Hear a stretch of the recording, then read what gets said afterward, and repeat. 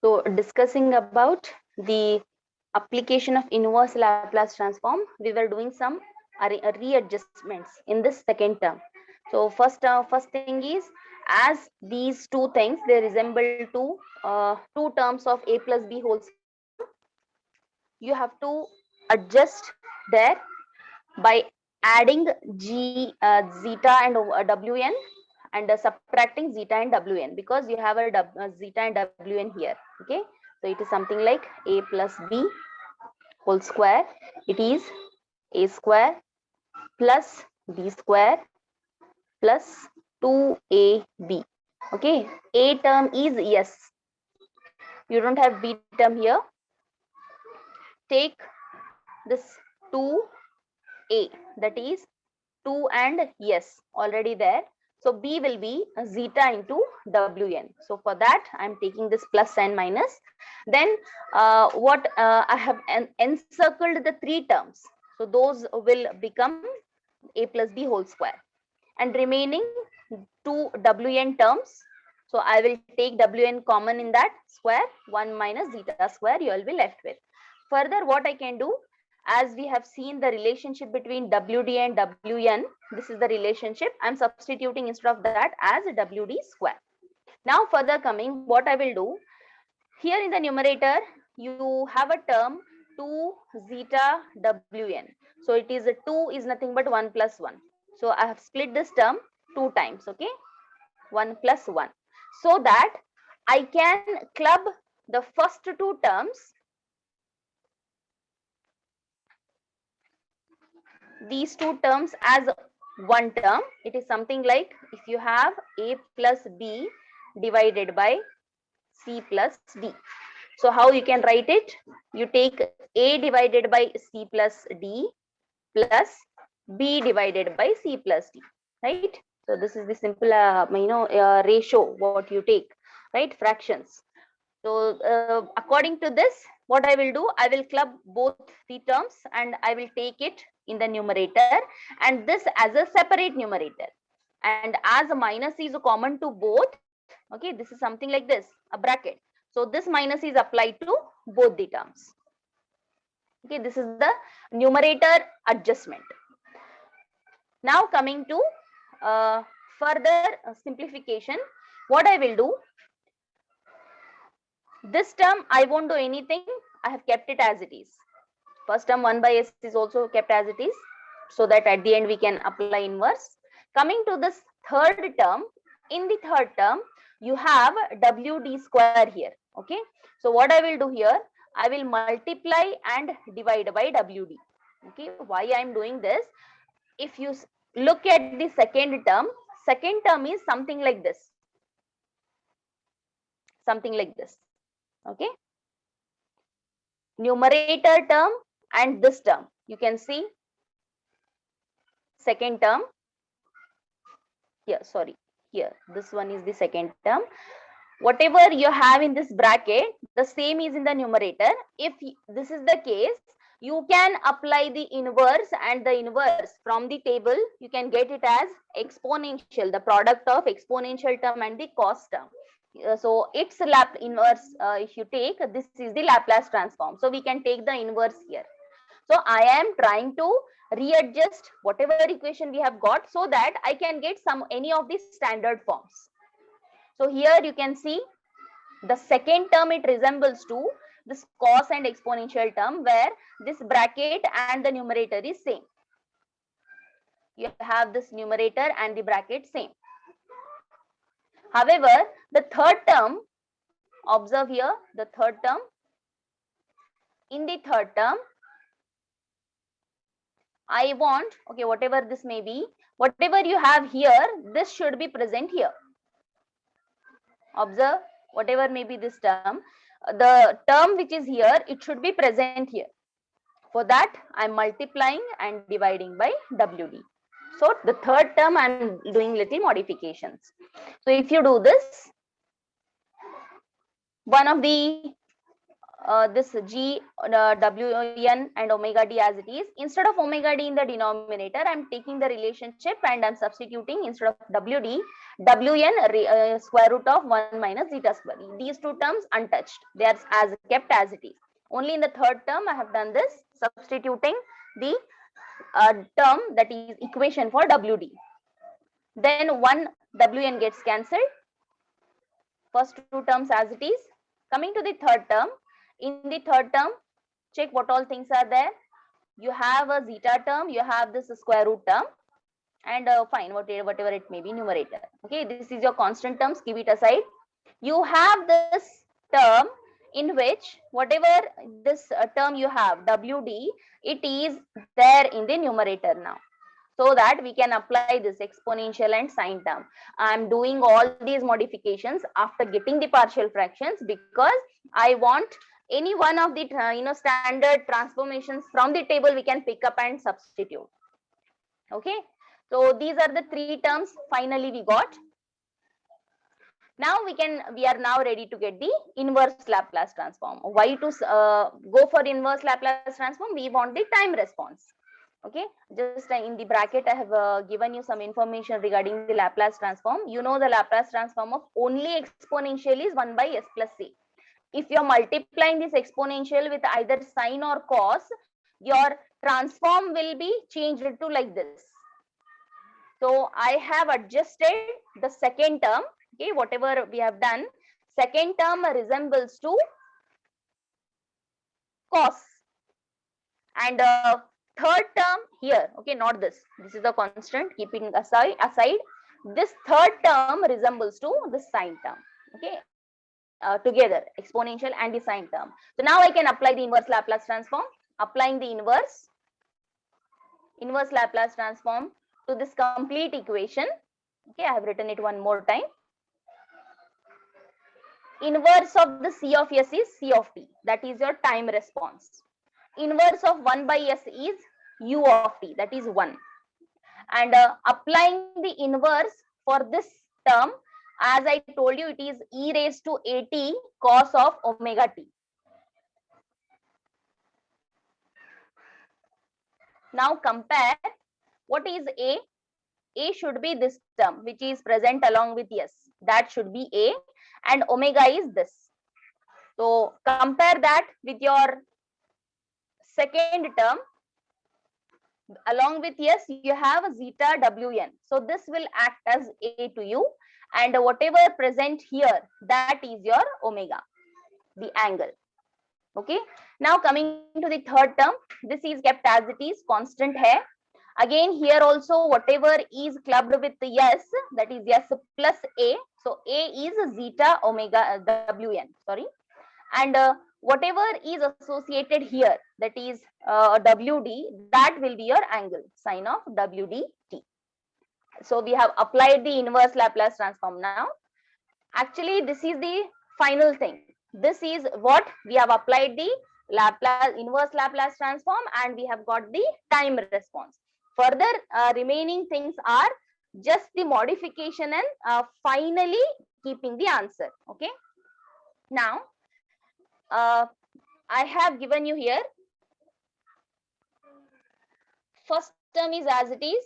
In the second term, as the exponential term is common to both, so I have taken that as outside the bracket. And even though here you don't have the square root term, I'm taking it outside. There is a reason for it. I'll explain you once I go to that figure. So root of 1 minus zeta square. If I take it common, in this term you don't have that. That's why you multiply it. So that when you take this inside, these two gets cancelled. Again, you will be left with 1. So multiplying by root of 1 minus zeta square. And second term, only you have zeta here, and root is taken common outside. So this is what the adjustment. Further simplification we can do by referring to a figure. Here I have drawn the figure.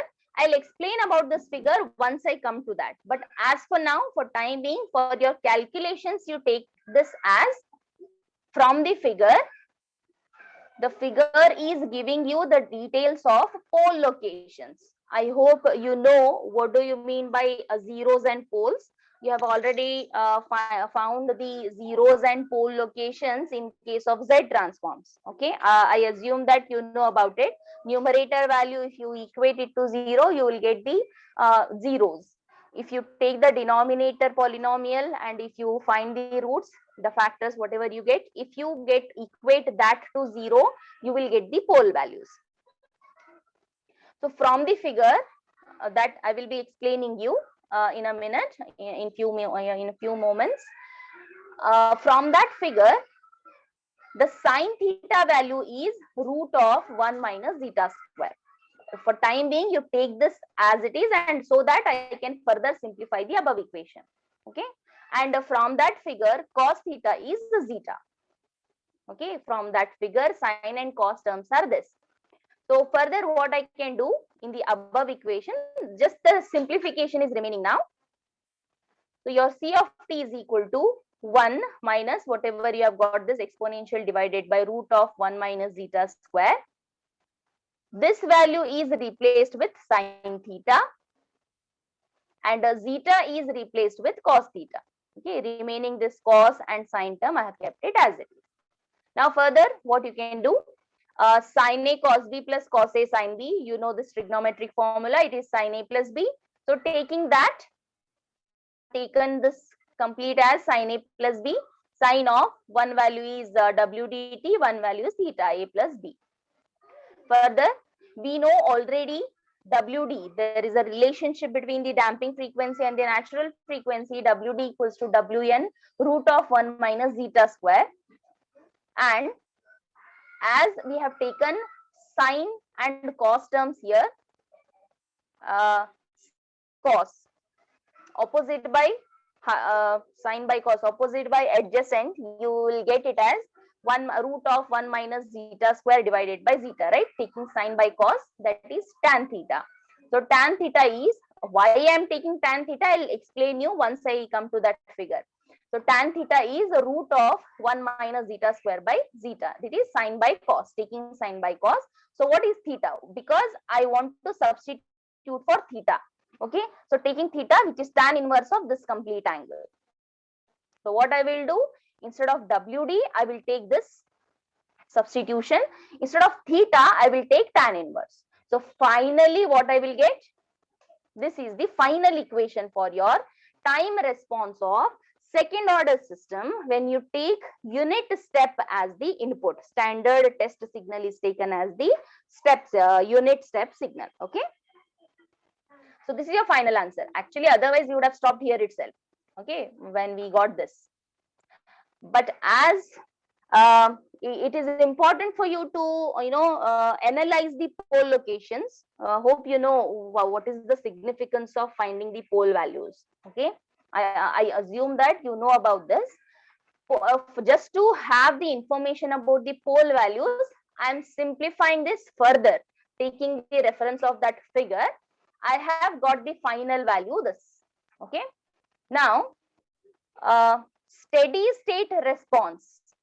Okay, I'm not talking about the error, I'm talking about the steady state response. What do you mean by steady state response? We have already studied regarding transient response and steady state response.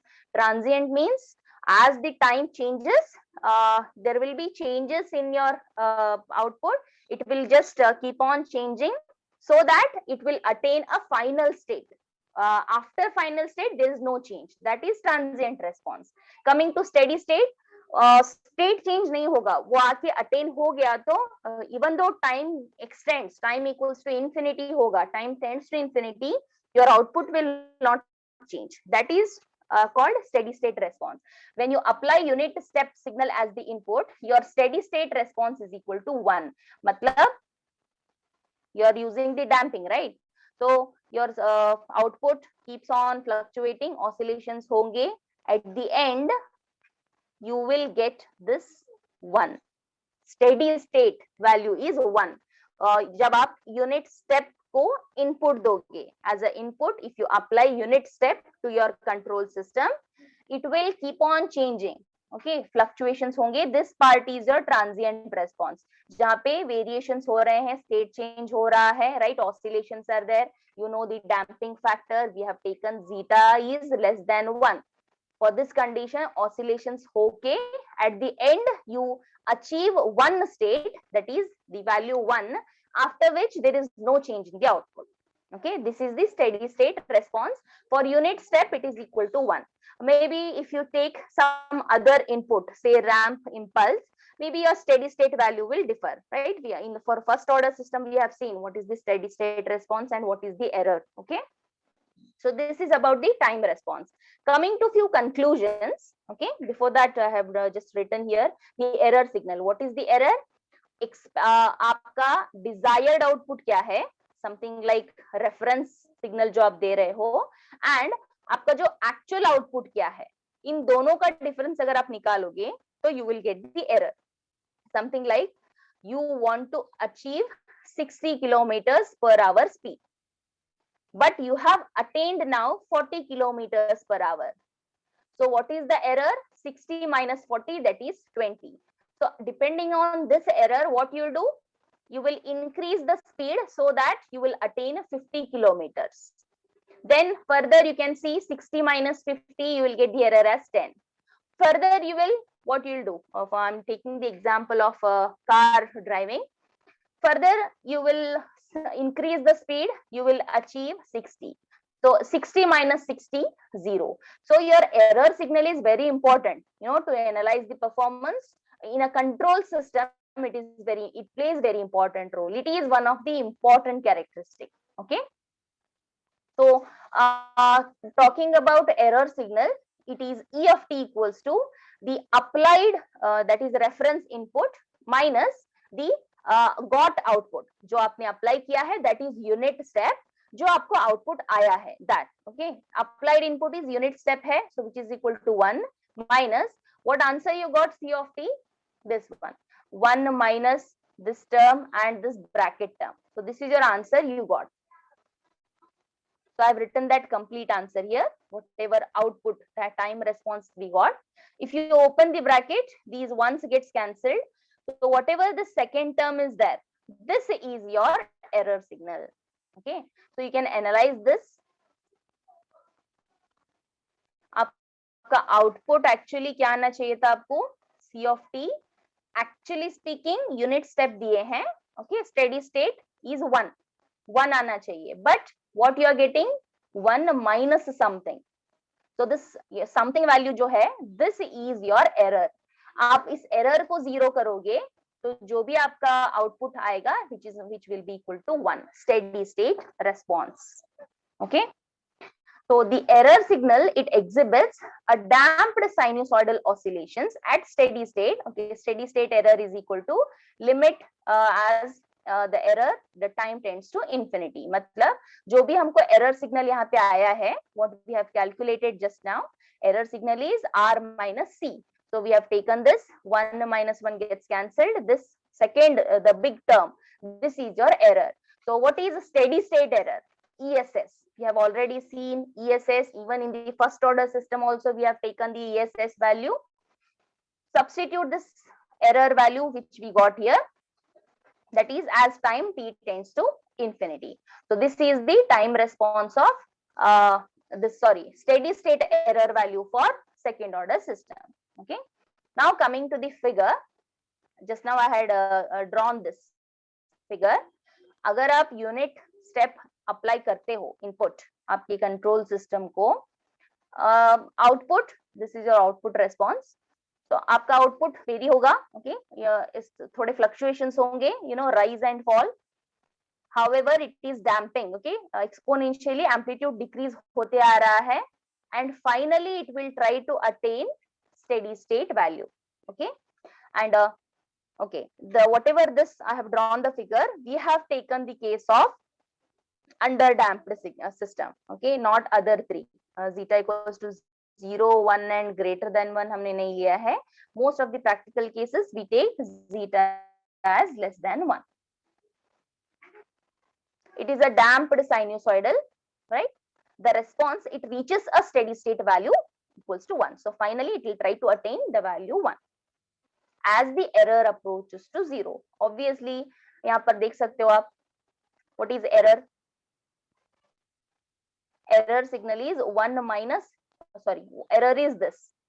अगर आपके system में error नहीं होगा तो जो input they expect कर रहे हो आप, डिजायर्ड आउटपुट वही होगा, एक्चुअल आउटपुट भी वही होगा जो आप एक्सपेक्ट कर रहे हो, but because of the error it will change. तो अगर आप एरर को 0 करोगे then you will get the steady state value.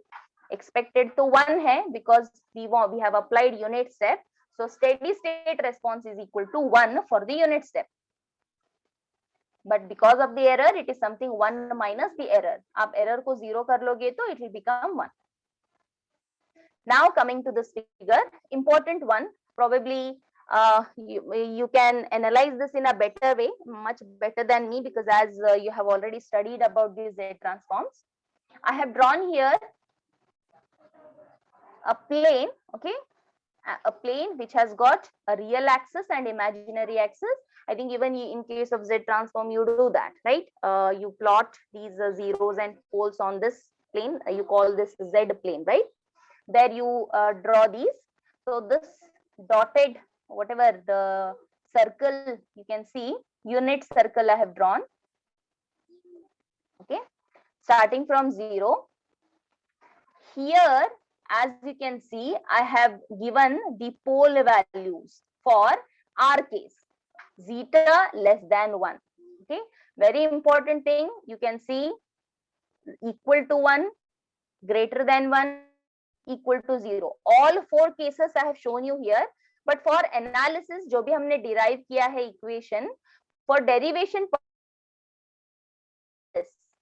okay. Now coming to the previous analysis, a little back, let me go and show you.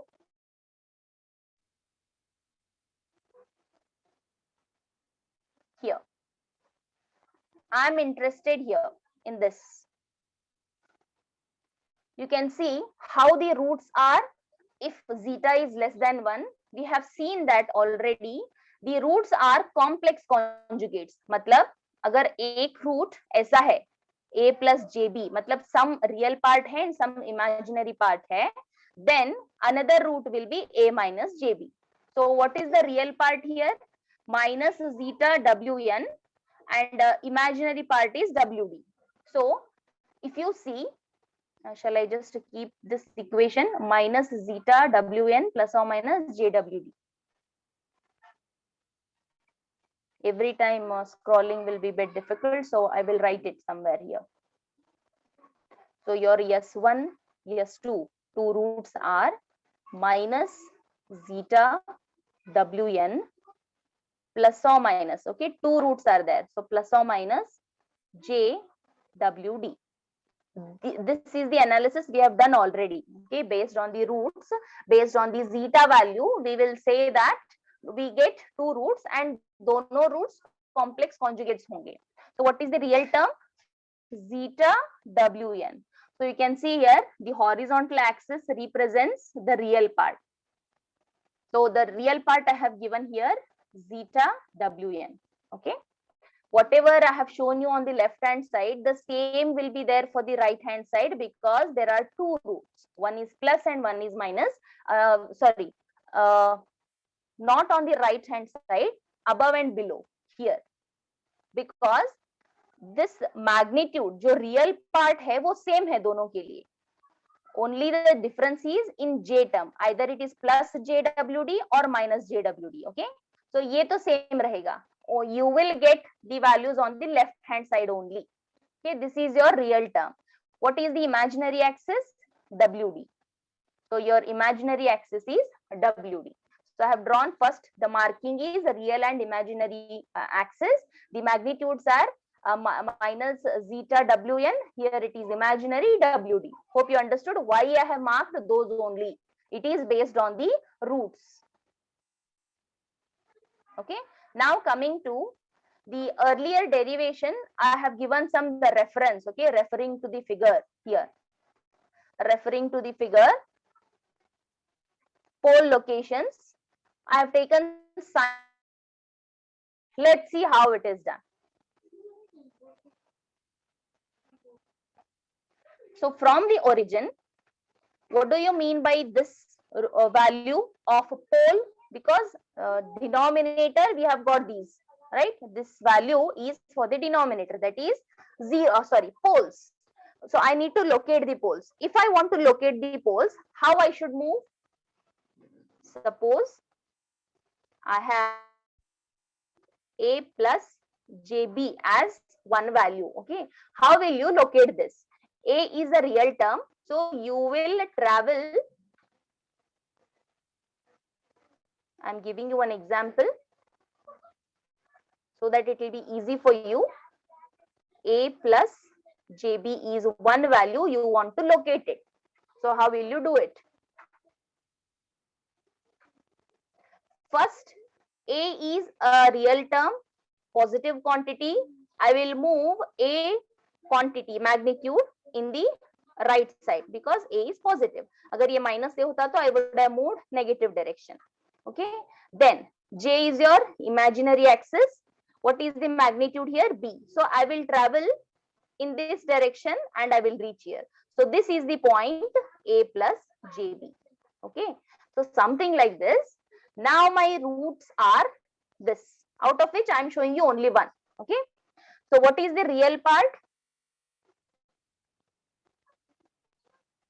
Real part is minus zeta wn. So what I will do? I will move here. The magnitude, I don't know what is zeta, but it is less than 1, right? Less than 1 means ये circle के अंदर आएगा, because ये circle का जो radius है, it is a unit circle, right? So उसका radius within inside only. Okay, somewhere here I will mark. So this orange color line, what I'm showing you, this is your zeta n, sorry, zeta omega, sorry, wn. Okay, now what is the imaginary value? WD. So what I will do, from there I will move further in the positive direction. I am showing same you can do for below also. Okay, that if you take minus j, only for one route I am showing you. Somewhere here I will reach here. So this is the point. I take the poles for zeta less than 1. This is only one pole. Here similarly you can take another one. Okay, I hope now you understood the location of the pole for our case, that is zeta less than 1. Now coming to the angles. Okay, if I assume that, okay, if I take one imaginary line here from this to origin, if I assume that the angle theta with this real axis, then this indicates it's a 90 degree. So this indicates adjacent value. Let me take adjacent as ADG. Okay, and a vertical opposite. Okay, and this is your distance D, which is giving you the hypotenuse. This is your adjacent, this is your opposite. Okay, now what is the value of this D? Hypotenuse value, how will you get hypotenuse? How can you find the hypotenuse value? D. Pythagoras theorem. Yeah, apply the Pythagoras theorem. You can take D is equal to square root of Pythagoras theorem application. I'll take this act, applying the Pythagoras theorem to find D. I'll take this axis whose magnitude is minus zeta, magnitude is zeta wn. Okay, I'm taking only magnitude, anyway it's square. का value zeta wn है, vertical value wd है. So taking these two, wd is again in terms of wn root of 1 minus zeta square. So I'm taking one adjacent square, opposite value square. You will get the value of D, hypotenuse value.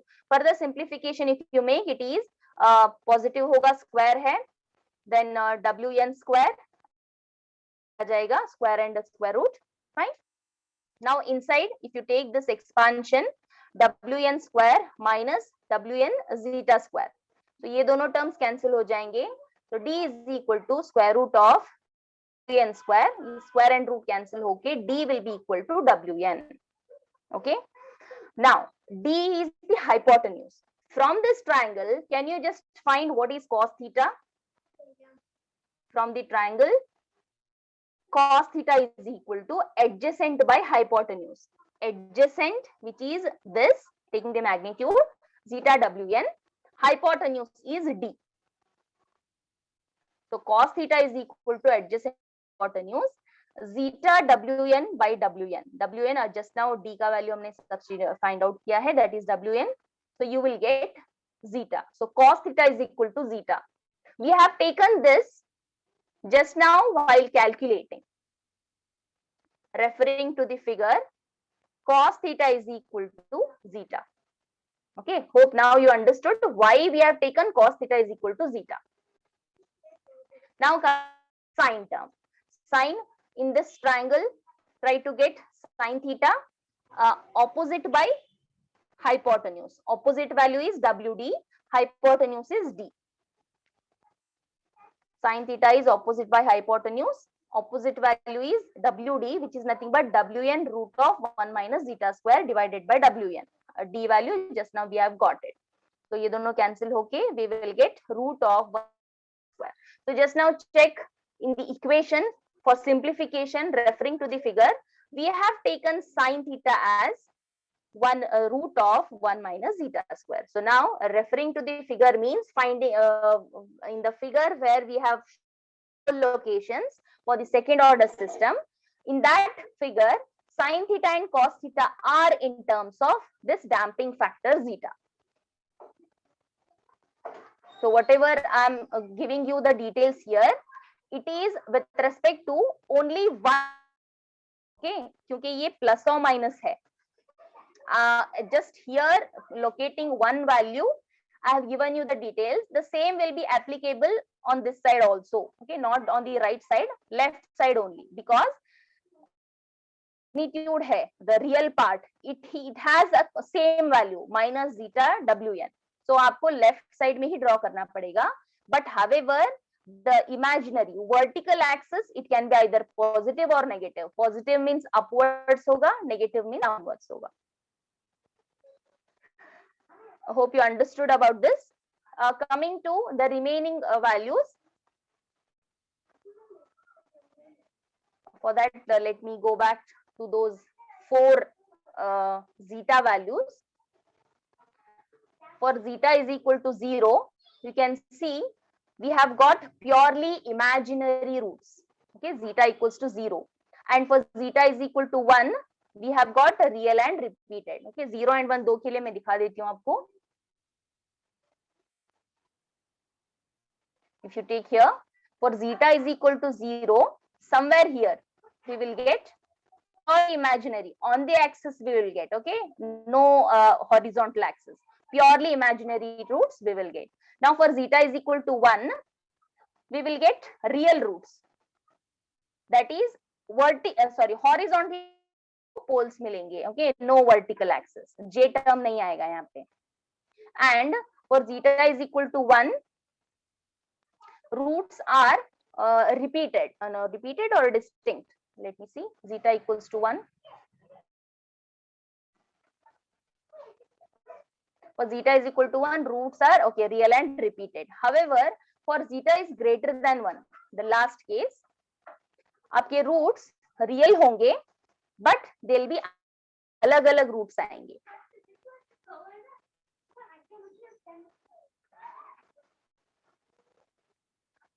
Okay.